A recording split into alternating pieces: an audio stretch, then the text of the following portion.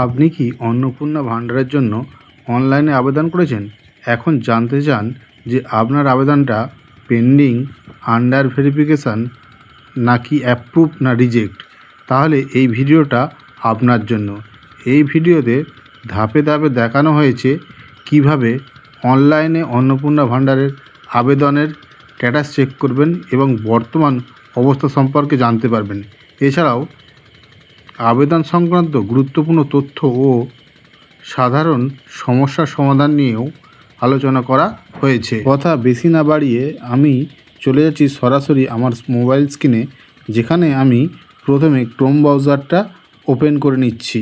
Chrome ব্রাউজারটা open হওয়ার পর Chrome ব্রাউজারের search অপশানে গিয়ে আমরা লিখব সোশ্যাল সিকিউরিটি।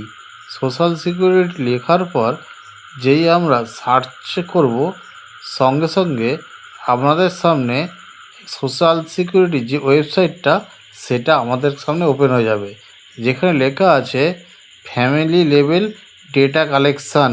আর এই ফ্যামিলি লেভেল ডেটা কালেকশানের উপর যখন আমরা ওকে করব, তখন আমাদের সামনে আরও একটি পেজ ওপেন হবে, যেখানে লেখা আছে পশ্চিমবঙ্গ সরকারের একটা লোগো আছে এবং সেই অ্যাপ্লিকেশান লগ ইনের নিচে আপনাকে সিলেক্ট করতে বলবে আপনার ডিস্ট্রিক্টটা। আপনার ডিস্ট্রিক্টটা সিলেক্ট করে নেবেন। আমার হাওড়া ডিস্ট্রিক্ট, তাই আমি হাওড়া লিখে দিলাম। এরপর বলছে এন্টার ইয়োর মোবাইল নাম্বার। আমার মোবাইল নাম্বারটা ওখানে আমি সঠিকভাবে বসাবো, কারণ মোবাইল নাম্বারটা যদি আমি ভুল বসাই তাহলে আমার নাম্বারে ওটিপি আসবে না, আর যতক্ষণ ওটিপি না আসে আমরা লগ ইনও করতে পারবো না। মোবাইল নাম্বারটা সঠিকভাবে বসানোর পর পাশে দেখুন একটা গ্রিন টিক এসেছে। এরপর নিচে স্ক্রল করলে দেখা যাবে সিকিউরিটি কোশ্চেন রয়েছে, যেটা 49+11 যোগ করলে কত হয় সেটা এই ক্যাপচারটাকে সলভ করে ওখানে লিখতে হবে। লেখার পর আপনাদের সামনে দেখা যাবে যে রিকোয়েস্ট ওটিপি। রিকোয়েস্ট ওটিপিতে ক্লিক করলে আপনার কাছে 6 সংখ্যার আপনার একটা ওটিপি আসবে, যেই নাম্বারটা আপনি ফর্ম ফিল আপ করার সময় দিয়েছিলেন। সার্ভারের প্রবলেমের জন্য ওটিপি আসতে একটু দেরি হতে পারে। এরপর আমি আমার 6 সংখ্যার ওটিপিটা বসিয়ে দিলাম। বসিয়ে দেওয়ার পর ওকে করলাম। ওকে করতেই আমার সামনে আরও একটি পেজ ওপেন হয়ে গেল, যেখানে যে অ্যাপ্লিকেশান করেছে তার অ্যাপ্লিকেশান নাম্বার, তারপরে দেয়া আছে তার হেড অফ দ্য ফ্যামিলি, তার কবে অ্যাপ্লিকেশান করেছে আর তার অ্যাপ্লিকেশান স্ট্যাটাস। এখানে অ্যাপ্লিকেশান স্ট্যাটাস দেখাচ্ছে পেমেন্ট ফেল্ড, মানে অ্যাপ্লিকেশানটা রিজেক্ট হয়নি, অ্যাপ্লিকেশানটা অ্যাপ্রুভ হয়েছে।